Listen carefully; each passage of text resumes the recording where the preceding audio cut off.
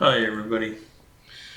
Um, so I got asked the question of what the best camera for photography is, and there's been a lot of coverage to that, and the answer greatly depends on a number of factors, and we'll cover some of that now.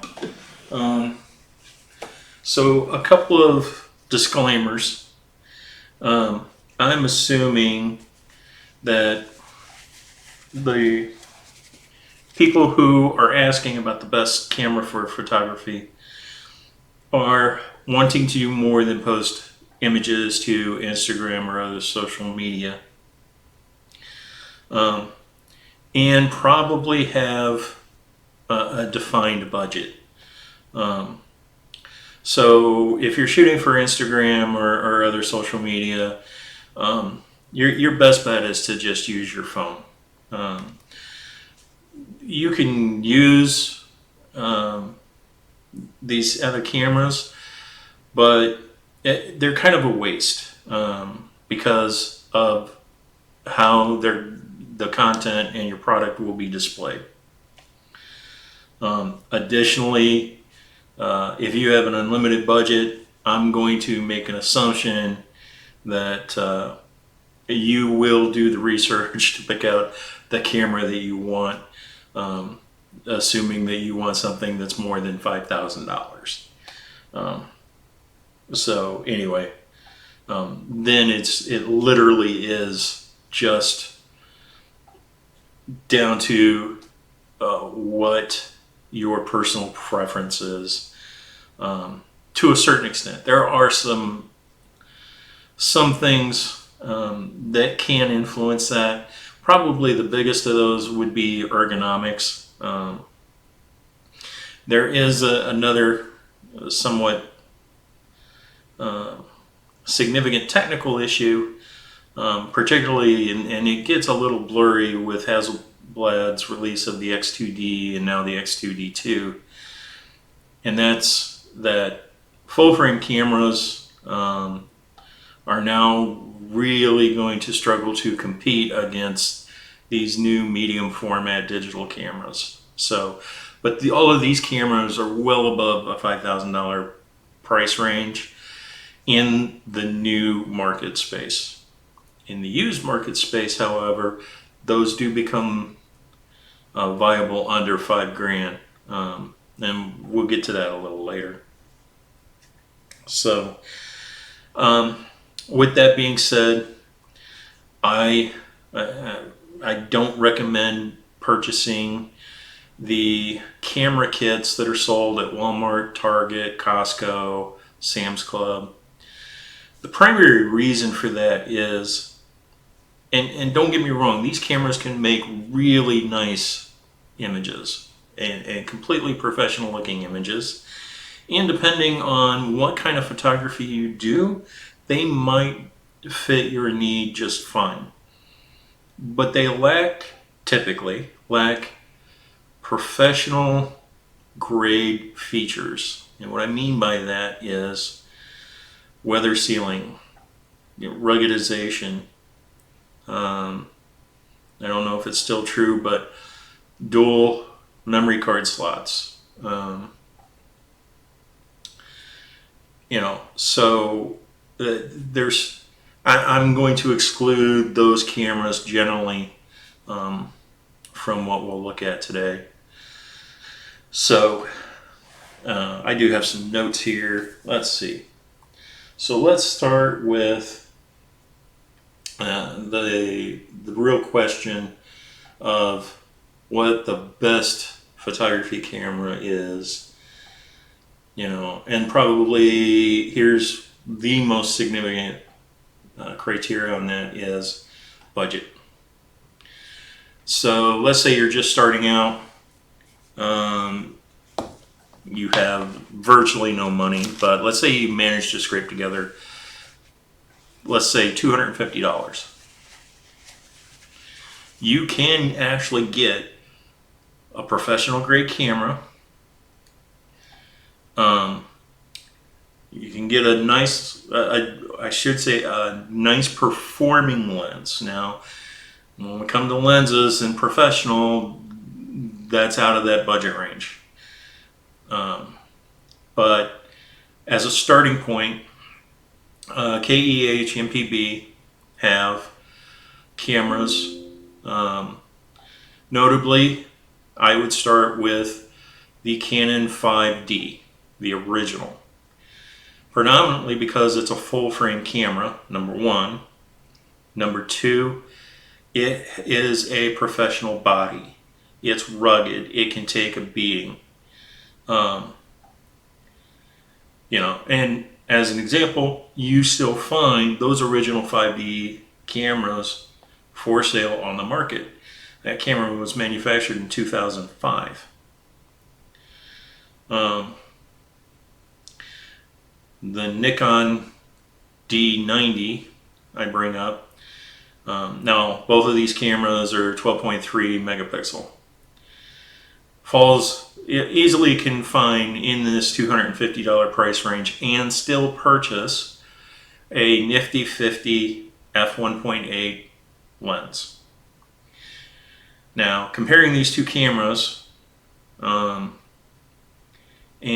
depending on what you want to shoot, the Nikon has certain advantages and the Canon 5D has certain advantages. The primary advantage of the Canon 5D is that it's a full frame sensor, so it has better low light performance, and that is generally due to it's a full frame sensor, and the pixels per se are larger, so its low light performance is going to be better. You can pull out better details in the shadows on that Canon 5D.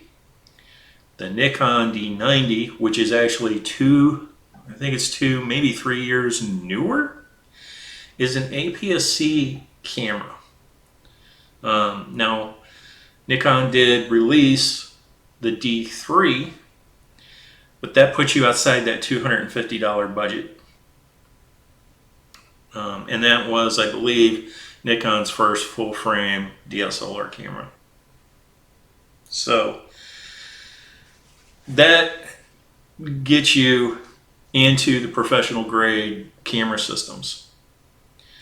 Now, let's say you start out there and you earn a little bit of money and you want to upgrade your kit, I'm going to recommend that you upgrade your lens first. And the reason for that is if you upgrade the camera, while the nifty 50 fantastic plastic lenses, while they produce great results in the 12 megapixel category, as you move up in camera, increased sensor resolution, those lenses are going to start to show their flaws. And that's because they're cheaply made lenses. So if you get another $250 to, let's say, $500, and you want to do a significant upgrade, start looking at better lenses for your camera. You will get better performance out of your existing camera. And then when you do upgrade your camera body, those lenses will continue to serve you well with your new body. So that said, once you get over the $500 mark, camera bodies, D3 comes up, and that's the Nikon D3. Generally you can find those for about $400. And then the Canon 5D Mark II you can also find generally around $400 at KEH. I will, let's flip over and look at KEH and just see what's actually available. Okay.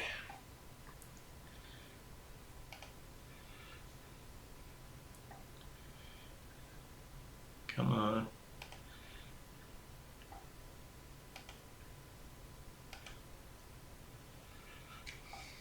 All right.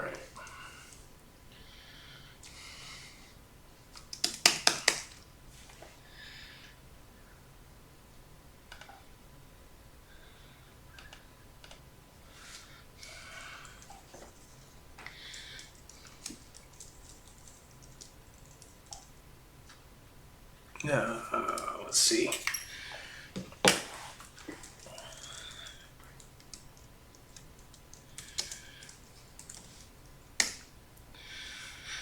Okay, we're on KEH's website. And nobody sponsored this video, by the way, so here's a 5D, camera body, $148 to $221. And I have purchased cameras from both KEH and MPB. They both sell used camera equipment, as does Adorama and B&H. But the grading from both KEH and MPB I found to be really good. Even these bargain ones, I have purchased bargain labeled cameras from KEH, and literally, other than like a scratch or two, the equipment looks great. So, that's not a guarantee. Make sure you read the descriptions.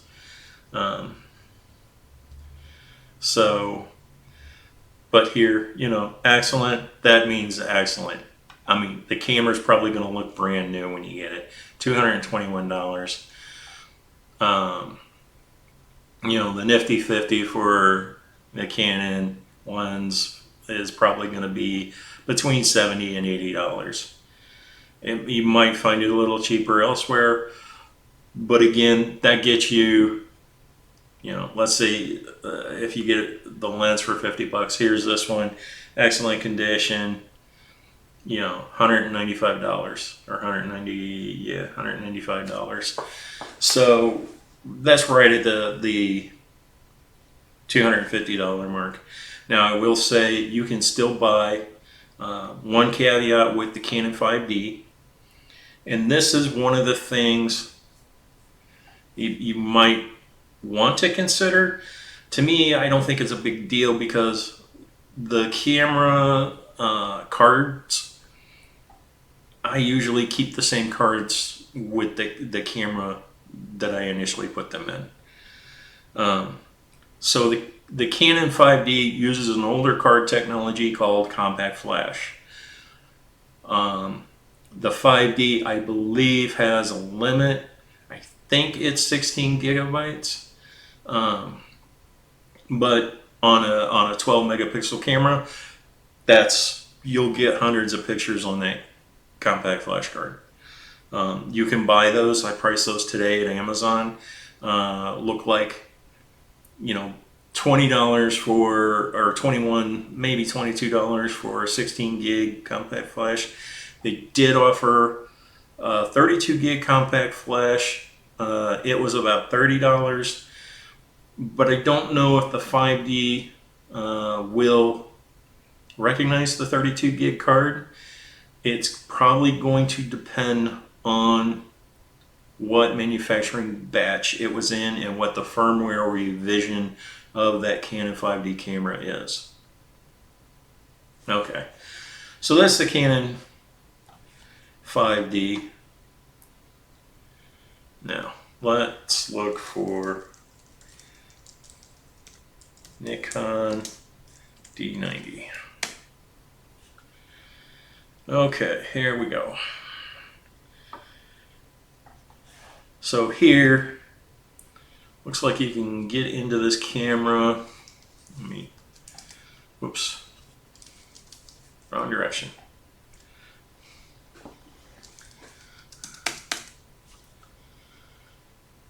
So excellent condition, $113. So you can easily get into this camera and a good lens for less than $250. So there you go. Now you increase your budget, let's say you go up to $500.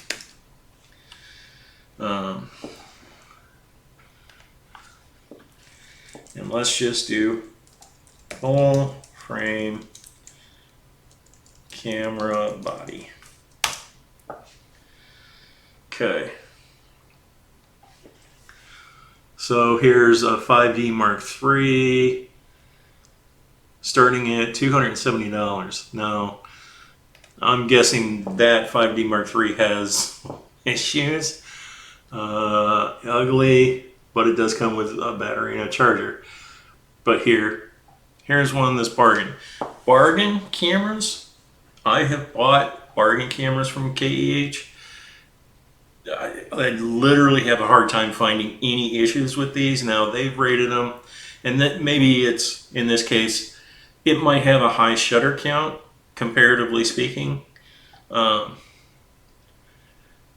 that's probably why this is bargain and this is excellent, and why there's such a price jump there.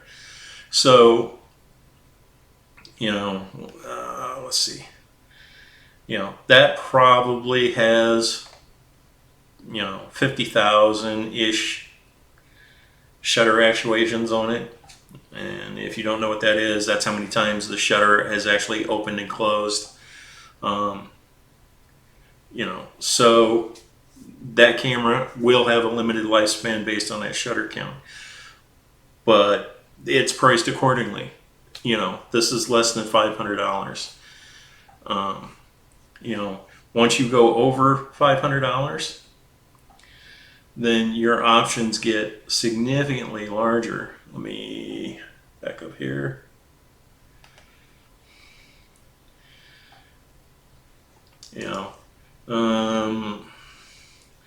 Let me see.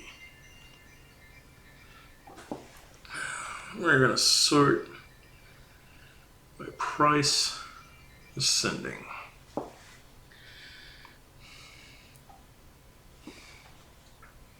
Okay. Okay, here we go. I think. Maybe not.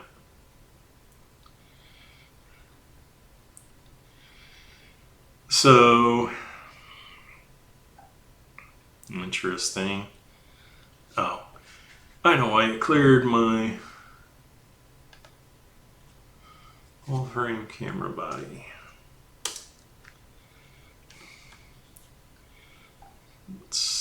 Okay, here we go. And relevance, price ascending. Oh, why is it throwing the lenses in here? Oh, it's just it's clearing. So that is an aggravation with KEH. All right, so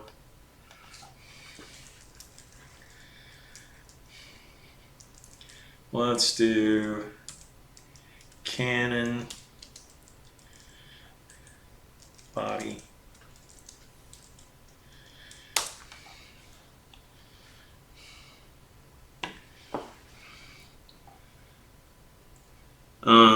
Yeah.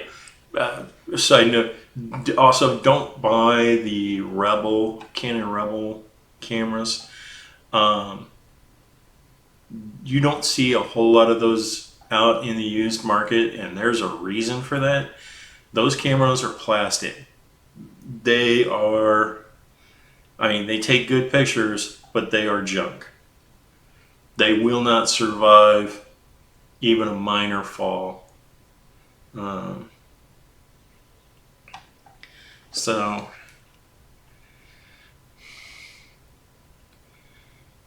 let's see. Now, here we have a relatively new, Canon EOS RP, $675 used.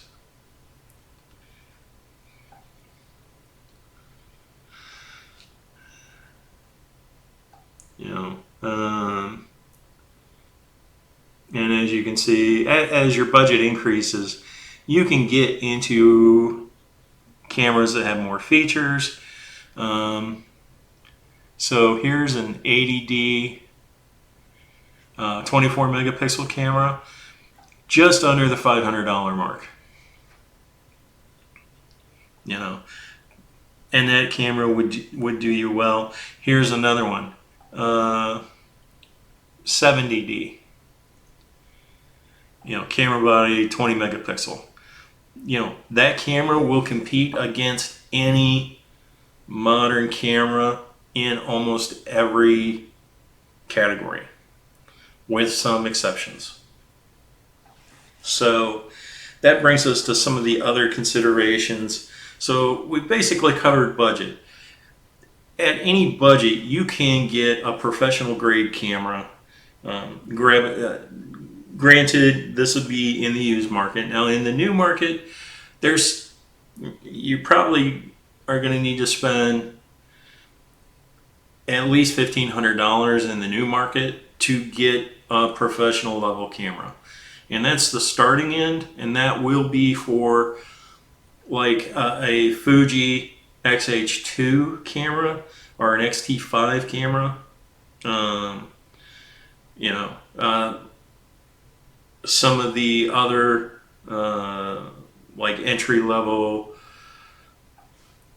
Nikon and Canon cameras will come in at that price range. And those cameras are generally perfectly fine. A lot of times there's some compromises.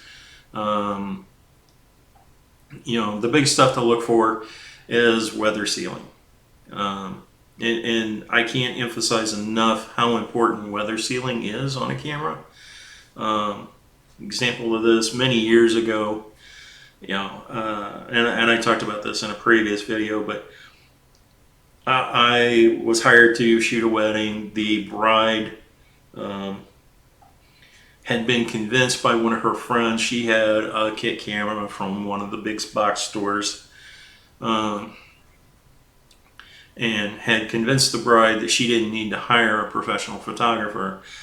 The soon-to-be husband, however, was steadfast on, no, we need a professional to shoot these pictures. And if you're a bride-to-be, take my word for it, you want to pay for the professional. Your wedding day, the food, the DJ, all of that lasts for that day. But you're going to have those pictures all your life. So invest the money into that professional photographer.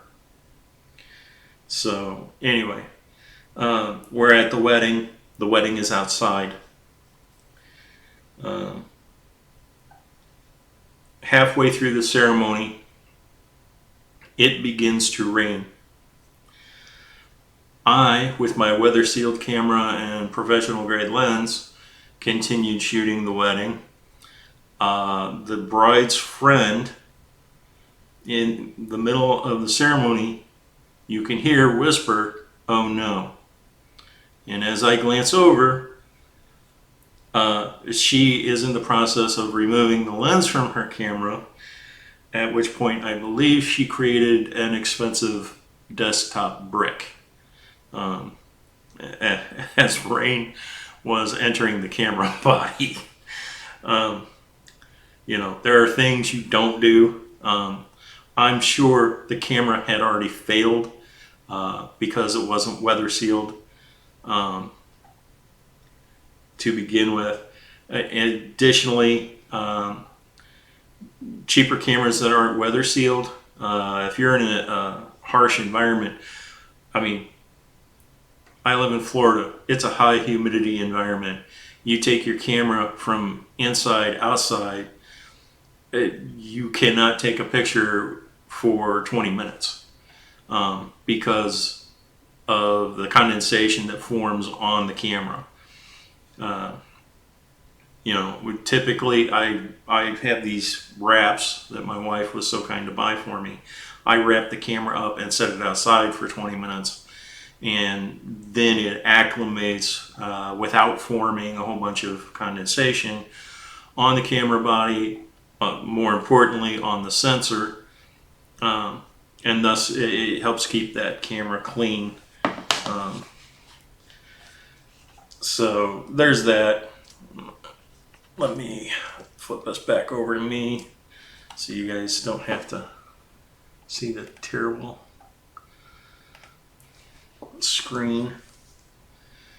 And yeah, I zoom in a lot when I use my computer, as you notice. And if you haven't seen my channel before, I have significant eye issues right now. I just had a vitrectomy performed on my left eye. Last year it was performed on my right eye. So my vision right now is 80/20. So that's why you saw what you saw with me zooming in. So basically, price-wise, we've kind of covered where you can get in at. So other things to consider. It's going to be the ergonomics and handling of the camera. And this may not seem like a big deal, but trust me, it's a much bigger deal than you think. So I've had Nikon, Fuji, Canon, Leica, and now a Hasselblad camera. And ergonomics is a huge deal. I really, and before I had my XH1 Fuji camera body, I had an X Pro 1. I really liked that camera, but there was one thing about that camera I absolutely hated, and that was the Q button was in a location on the camera body just below where your thumb would normally rest on the camera body. And I would accidentally hit that button while shooting so many times, it just annoyed me constantly. You know, and like the Fuji X-T5, it's a great camera, nice resolution, but I have big hands. And that camera would be more difficult for me to hold. And that's true with the entire XT line. Those camera bodies are very much like old SLR cameras. And they don't, I much prefer a camera body that has this grip. And that's why I have this particular camera. So this grip does me well, and I enjoy shooting with this camera. However, this particular camera also has the Q button. I believe it's right here.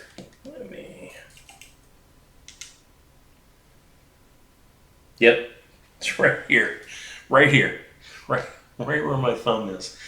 Now the good part is here on this camera, they have moved it to this little ridge here. So my thumb rests over here beside it. I don't hit this one quite so frequently. I do still hit it on occasion when I don't mean to, but usually not when I'm shooting. So that's a big advantage in the ergonomics of this camera.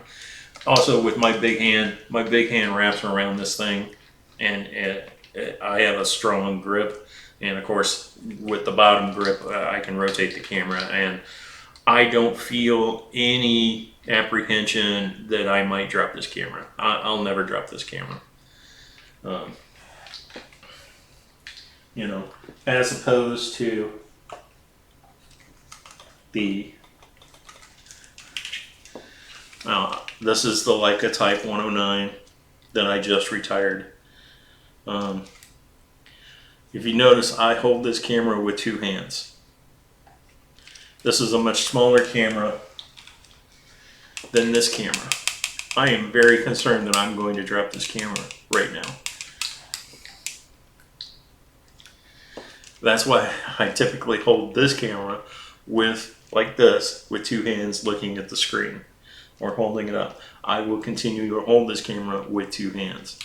Now, my Leica M, those cameras are large enough to accommodate my hand.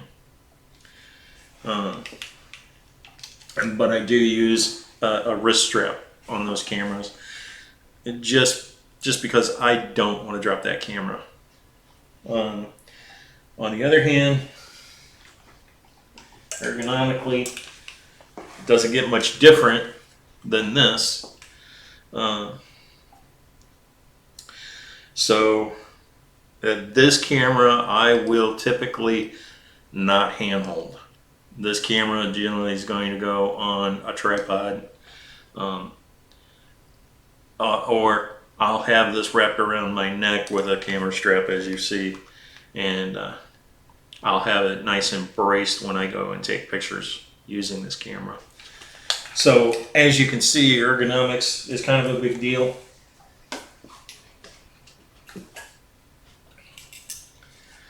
So that's a big consideration. If you've got smaller hands, you know, you probably would prefer the XT5 over the XH2 because it's a smaller camera body. It's probably going to be much easier for you to handle that camera. It's also going to be a whole lot lighter, and which brings us to another point: size and weight of the camera. You know, it's, trust me, hauling this camera around all day long, you know. Now, I haven't shot weddings with this camera, but I have a Canon 10D with a grip that's almost exactly the same weight as this guy. Let me tell you, by the end of the day, I wanted to stop holding and carrying that camera, just because by the time you have all the batteries in it and, you know, everything else, it's a heavy camera and you get fatigued carrying that camera around. So lighter, if you can handle that, is great. Also, the weight of the camera can also impact how steady you can hold that camera. Normally when you have a heavier camera, you tend to brace yourself to use that camera, where lighter cameras, you know, most people, then the camera's out here. Well, this is not a stable platform with which to take pictures versus this here. You know, holding a camera with your elbows against you and taking pictures tends to be way more stable. And if you have a camera strap, you can use that to brace you. Also, here's a little tip. You can make a, what we call a field string tripod. And essentially what that is an eye hook, quarter thread that you screw into the bottom of the camera, and you take paracord and you create a big loop, and you drop that loop on the ground and you put your feet through the loop and use that to brace yourself and hold your camera up. And that would, in the case that you can't carry a tripod, you can use that to create a more stable platform in which you can take pictures. So just a nod to that. If anybody's got any questions how you do that, just send me a direct message or email me. That's fine. So ergonomics is really important in your camera choice. It may not seem like a big deal, but it's a big deal. So durability and build, we've already kind of covered that, but you know, a lot of the professional cameras have like magnesium alloy camera bodies. They might have plastic outer shells. So, you know, those cameras are going to be more durable than the consumer grade cameras, which are all plastic. You know, it may, you know, and depending on the kind of photography you do, it might not be as important. But if let's go back to shooting weddings. If you're shooting weddings and you're running around, and let's say you've got a backup camera, and you are switching lenses frequently, there is the distinct possibility at some point you're going to drop that camera, you're going to bang it into something, and having a plastic camera is probably not going to serve you well. So keep that in mind. You know, it might be a good backup camera, if your main camera fails, but yeah, you want a nice durable camera.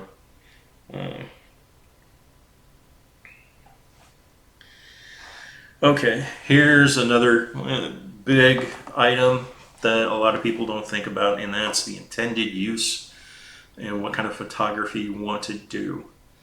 Um, so I shoot a lot of different stuff. Landscapes, portraits, weddings. I tend not to shoot weddings anymore, but I'm who knows, I might do another wedding someday. Um, so different cameras have capabilities that tend to lend them to particular styles of photography. So in the Canon world, in the old DSLR days, you had the 5D line of cameras, which were mostly portrait, wedding, general purpose cameras.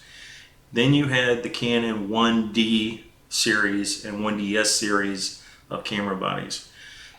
Now, the 1D was considered the true flagship pro body of Canon, as was the 1DS. The difference between those two cameras, the 1D got higher megapixels sooner than the 1DS. And the reason that is the 1DS was specifically designed for sports and fast action. So the frame rate of the 1D, off the top of my head, I don't remember, but it was like 3, maybe 5 frames per second shooting with, a buffer where you could take 10 pictures.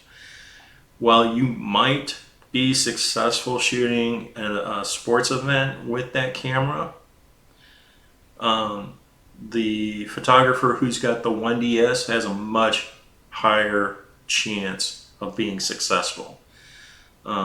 Because that camera, if I remember right, was like 8, 9 frames per second. It might have even been higher. And it also, I guess, depended on which model of the 1DS you had. I think the first 1DS, I want to say, was like 9 frames a second. That's pretty quick, versus the 5 frames per second of the 1D. Now, that might not seem like that much, but, if you're talking about motorcycle race, bicycle race, car race, tennis, baseball, football, any kind of sports, any kind of action, you're doing a family event and you're shooting a 6 or 7, 8-year-old kid who's running around like a nut. You want to get that shot. And if and the other difference between those two cameras was also buffer.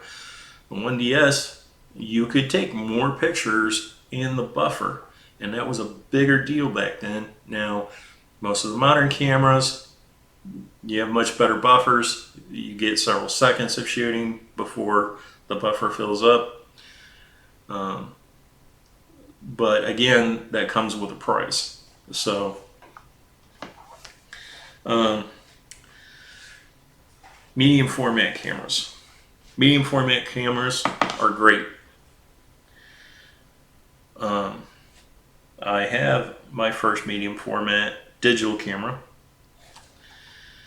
and that is my Hasselblad 907X. Now, there is a caveat to having a medium format camera. And actually, there's more than one caveat. The first caveat is lens availability. Now,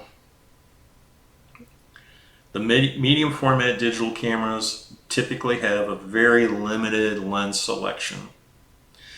Not only do they have a limited lens selection, but there is an issue of how large of a focal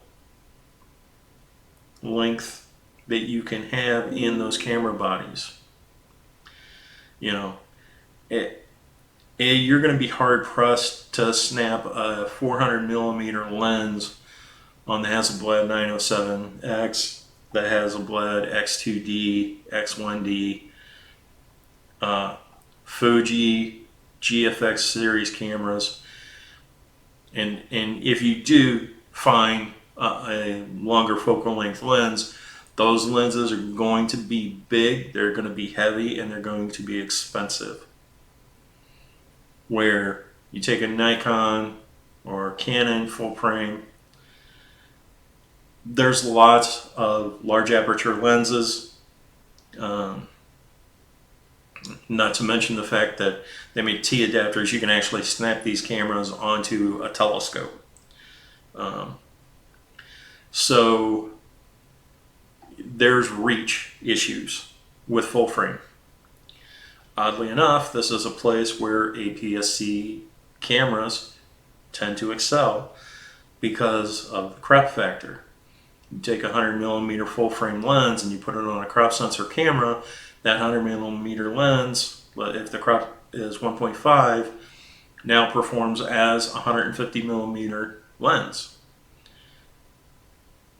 So, and there's that factor. So APS-C cameras provide a potential advantage, depending on what type of photography you're doing, that you might consider. Wildlife cameras can be any camera, but generally speaking, you're going to want a 400 millimeter lens. Probably 100 millimeter minimum to start, because naturally wildlife tends to fear humans, so you're not going to get all that close, typically. Now, if you spend the time and work at it, you might get lucky. There are National Geographic photographers who have been going out in the wild trying to get pictures of lions and cheetahs and things like that, and they will lay still in a field in Africa, and the next thing you know, there's 5 cheetahs laying around them, and they get really up close pictures. That takes a lot of time and dedication, and there is significant risk that you might be eaten by your subject. Hopefully that never happens, but it is a consideration. Let's see, what else we got? Wedding and event photography. Here, the camera probably the type of camera you have matters the least of all. Where it's going to matter is in your lenses. You want fast lenses. And typically you're going to want fast prime lenses. And I say that because you want the highest quality glass for those pictures that you can afford. I can't emphasize that enough. And you want to make sure that the glass you have can keep up in its performance with the camera body that you're using. If you're using a 12 megapixel camera, you can get by with cheaper glass, because that camera is going to be way more forgiving at 12 megapixels, even on full frame, than a 45 megapixel, let's say Nikon D850. If you're shooting it like a D850 or the equivalent Nikon Z8, your glass had better be of high quality, because the sensor is going to point out every flaw that is in that glass when you start hitting those resolutions. Even at 20, 24 megapixels, poor glass is going to be reflected in your pictures. So good rule of thumb, whatever you pay for the camera, it's probably what you should pay and budget for your lens. So just a good rule of thumb. Landscape photography. So there is a wide range of cameras that are useful for landscape photography. And it sort of depends on what kind of landscapes you like to shoot. If you're a general landscape photography, most shooters really love the medium format cameras. And there's a reason that resolution that comes with those medium format cameras, it makes getting the results that you're trying to get easier. So, the Fuji GFX cameras, the Hasselblad cameras, usually you're going to get the results you're looking for easier with those medium format camera bodies. However, that doesn't mean you can't get good landscape pictures using a full frame camera body or an APS-C camera body. Examples: Ian Worth shoots a Fujifilm X-H2 as his primary camera for landscape shooting, where you have Adam Gibbs was shooting the Fujifilm like GFX 100. Thomas Heaton now shoots a combination of a Nikon Z8 full frame camera and a Hasselblad camera. Now, he went with the Nikon Z8 because of the availability of long glass. So when he shoots, he has an option of shooting and cropping using glass on that Nikon Z8 that you can't do with a full frame camera. On the other hand, if you're shooting a giant vista, those full frame cameras are going to give you really nice results. So something else to keep in mind.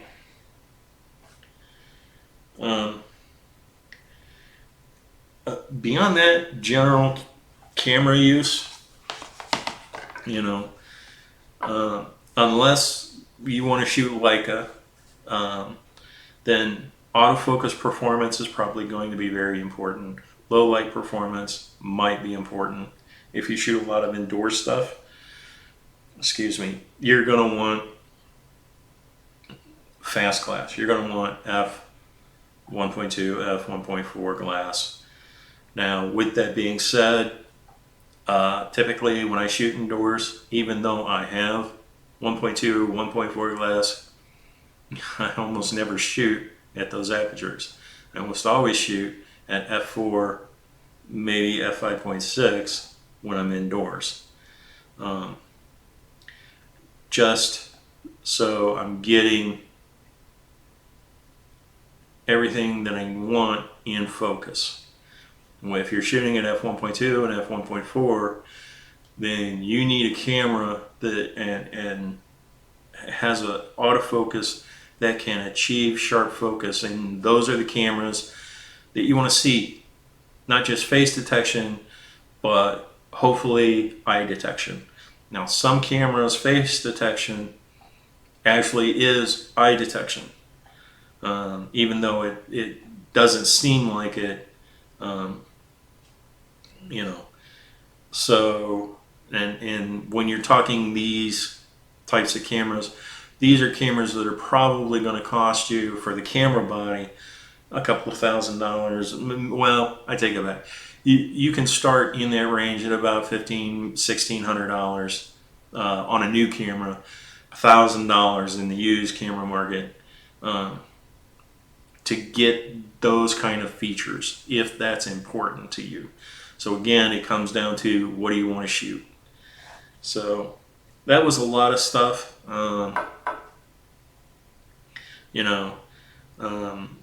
New cameras, Fuji comes in a little bit cheaper than the Nikon and Canon, other than some of their lower end cameras.